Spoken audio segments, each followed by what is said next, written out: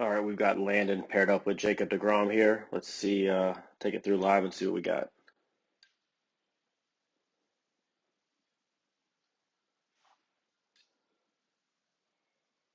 Okay, here we go. Let's get Landon back to the beginning here. Obviously, deGrom's throwing from the stretch, Landon from the windup, either way. Let's see here. We'll go Landon. Let's get him to the top of his leg raise here. You know, he does it looks like he does a pretty good job of getting into that backside or against the backside. You know, the hip certainly never that back hip never rides up over the back foot, so he stays inside of it, and you can kind of see where he does that little coiling of his back knee. So it looks like, I mean, at first glance, I'd say let's go ahead and get it up a little bit higher, especially with no runners on. Um, but I don't want to get too much into that because he does look like he's coiling and utilizing the ground and getting into that backside and then still leading with that front hip. So, you know, anytime we're doing that, we're in a good spot. He does that, you know, pretty effectively down the mountain. I think maybe we could do it a little bit further. Um, but let's see kind of where that takes him into front foot strike, which is right there. Um, so let's take deGrom, and then we'll see what he does. Obviously, a larger leg kick, but he kind of, you know, you can see how he coils on that backside. Some similarities there. Let's get him in a front foot strike. Obviously, taller guy, but relatively speaking, his stride length is much more substantial, and you can tell this just by the extension of that ankle up to the knee and then into the back hip, into front foot strike, and then his body is centered, or his head is centered in between his feet here, which is absolutely ideal.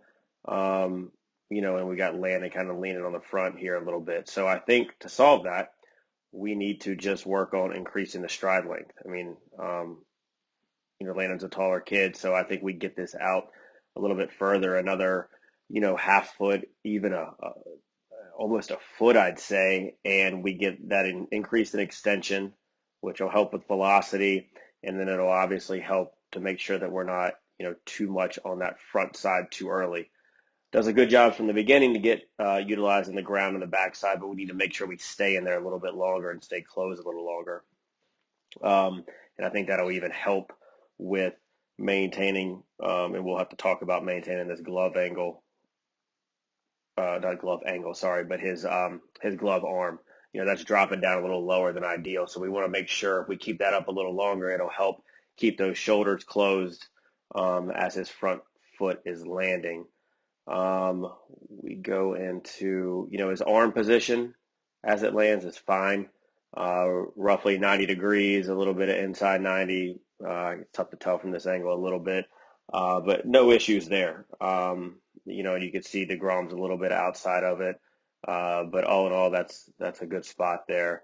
I think if we increase the stride length, we'll be in a better position, and I think that'll also help because you can see where deGrom's shin, knee, you know, and foot probably facing the right-hand batter's box, and the same for his front knee, and then you got Landon's kind of facing more towards you know, the third base side, kind of behind the right-handed batter's box. So we'd like to open that up a little bit more so that we can get more of that hip to shoulder separation that we've talked about. But nevertheless, I think if we just start and focus on the small, you know, one thing, and that's getting the stride length to increase, I think that kind of solves quite a few of these issues, and then we can get even better.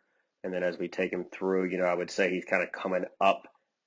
Same thing, not staying in the backside long enough, and so he's kind of coming up and out of that back side pretty quickly. I mean, there's nothing wrong with getting that foot off the ground a little bit, but that seems to be that's pretty high for having a release point there. And let's see what deGrom does at release.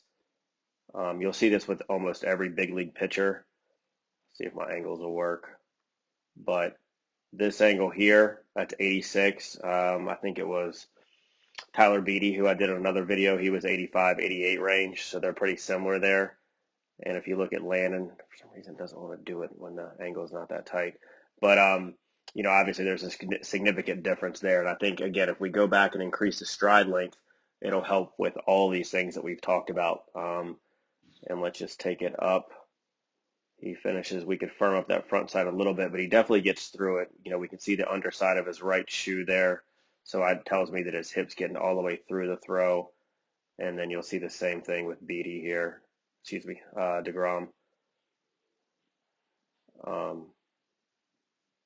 So all in all, a lot of good things here, a lot of good athleticism. I think it boils down to just increasing the stride length, and I think that'll take care of some of the other things. So we'll work on some drills to address that. But good stuff here, Landon.